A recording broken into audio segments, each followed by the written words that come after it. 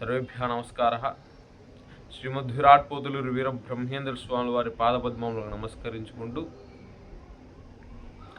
ఈరోజు మనం తెలుసుకోబోయేటువంటి అంశము జగద్గురు శ్రీమద్ విరాట్ పోతులూరి వీర బ్రహ్మేంద్ర స్వామి వారు మనకు బోధించినటువంటి కాళికాంబ సప్తశతిలోని ఒక పద్యం.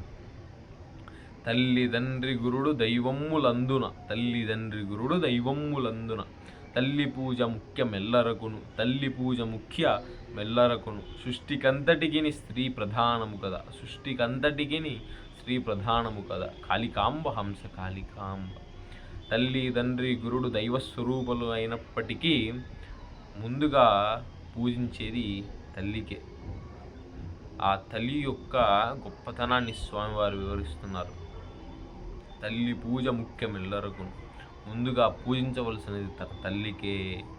సృష్టికంతటికి స్త్రీ ప్రధానము కదా, ఈ సృష్టికి జగత్తుకు స్త్రీయే ప్రధానము, ఆమె మూలము అంటూ తల్లి తండ్రి గురుడు దైవములందున అంటూ ఈ పద్యాన్ని మనకి స్వామివారు తల్లి యొక్క గొప్పతనాన్ని మనకి వివరించారు. మరి ఈరోజు చెప్పినటువంటి ఈ యొక్క పద్యం ప్రతి ఒక్కరికి స్పష్టంగా అర్థమైందని తెలియజేసుకుంటూ స్వస్తి. శతమానం భవతి శతాయు పురుష శతేంద్రియాయుషేవేంద్రియే ప్రతిష్టతి.